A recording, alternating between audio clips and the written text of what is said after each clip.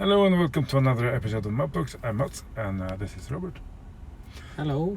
We pretty recently drove around in a Jaguar I-Pace EV400, to give it its full name, a whole weekend.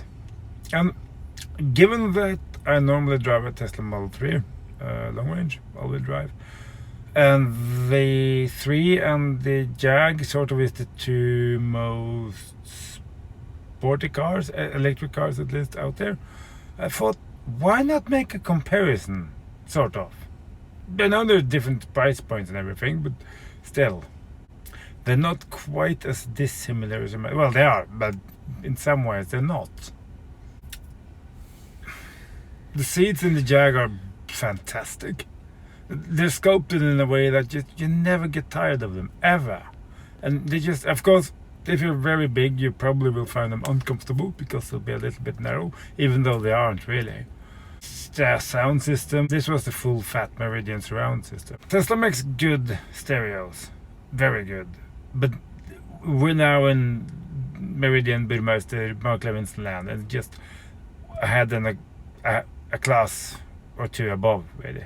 You've reached the top, congratulations. And it has a channel separation and a depth and a level of detail that no matter what you do with the equalizer, you can't get there because it's just right. It is just, the elements are right and they're built by people who know their job, and it sounds bloody gorgeous. It goes, give or take, the same as this car, maybe a little bit slower. Who really cares? Anyway, it's more than quick enough. The interior quality is, of course, it's a very nice place to be in the Jag. It's fabulous, but of course it's not as spacious as this car. The boot space is smaller in a way. It feels smaller anyway, shorter, and you don't have a frunk and interior space. I mean, here you have space down here. You have lots of space. You know, you have this space. You have space everywhere, really, for too much garbage and crap, because you just fill it up. But you have the possibility to do that, and that's a good thing. And you have the phone holder, which you really, I think it's a great place to stash your phone away. And the view out of the Jag is, if anything, even worse than this one. It's awful. So they have a backup camera, of course. But the driving, ours drove on 22-inch, 245 front, 265 back, and tires, rims.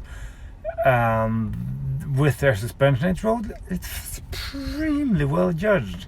And you could throw it down over a mountain. Let's say it was fun.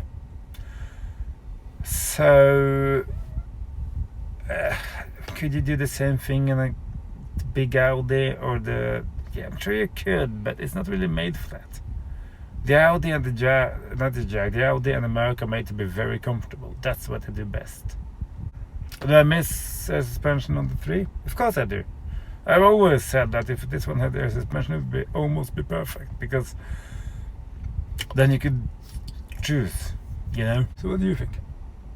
Opposite of you, I felt more space for me as a passenger in the Jaguar. I felt more space for the legs, and in general I felt the Jaguar was more spacious. Have you been in two different cars? I don't know, but for me I felt the Jaguar was more spacious. The seats was excellent in the Jaguar. They were perfect support for the back, and yeah. So I agree. I agree with you with the seats that it was good, and of course the sound system, the Meridian, the speakers are much better than the Tesla. But that said, the info, the screen, it was a little bit slow, and it wasn't like in the Tesla. And the map was sort of well, but maybe we have been spoiled with the Google Maps and the Tesla user face, but yeah, I think that the speakers is better in the Jaguar, but the system around it is better in the Tesla. So if you had taken the system around or the infotainment system in the Tesla and get some Meridian, it would be 100% perfect. And no suspension. Yeah. I agree. But of course, the suspension. I was only in a car from Kristiansand to Oslo Still to home. 5 hours. Yeah, but we drove on mostly highways, so I get you as where that was driving through over the mountains and so on. You got a more feeling of the suspension. Yeah, you're right. You're right.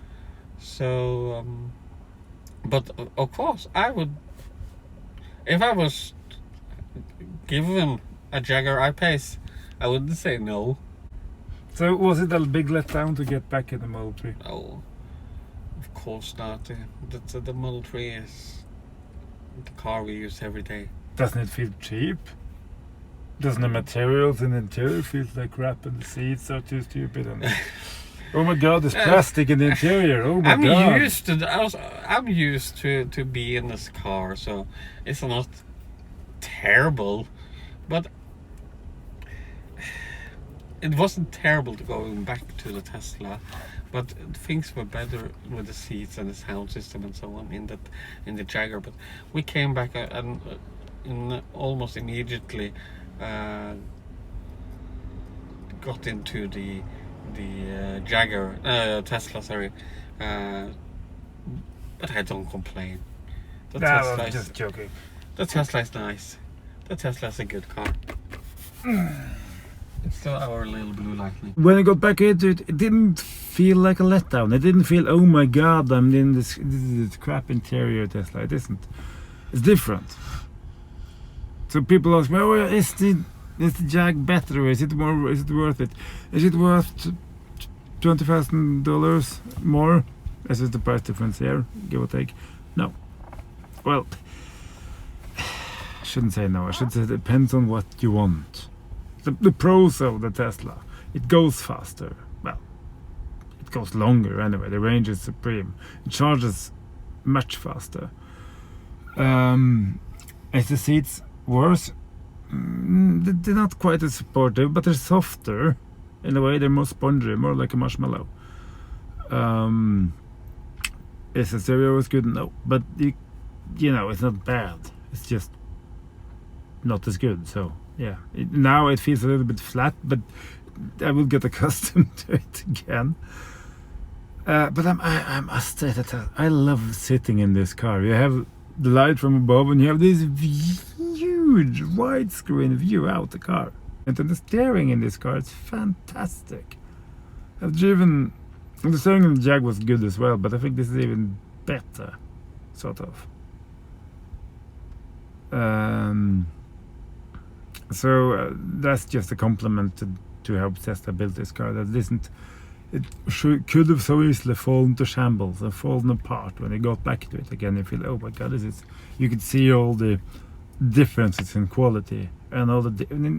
I'm sure there's some, but all in all, because it's such a minimalist interior, it isn't very much to go wrong, because you have your pleather and you have your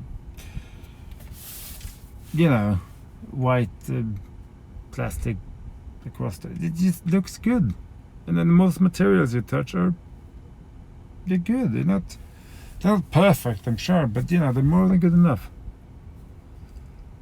It has more road noise, of course, but yeah, that's what you have in Scandinavia. I don't have that anywhere else, except maybe on concrete roads of Germany. And that just tells you why they build their cars the way they do, because they have crappy concrete roads. I'm sure if someone built... Oh wait, we have Volvo to do that. Yeah. Anything you want to add? No. Oh, okay. I'm hungry. Okay. So that's it then. Like, comment, subscribe, and all that good stuff. And let's see you in the next one. Bye bye.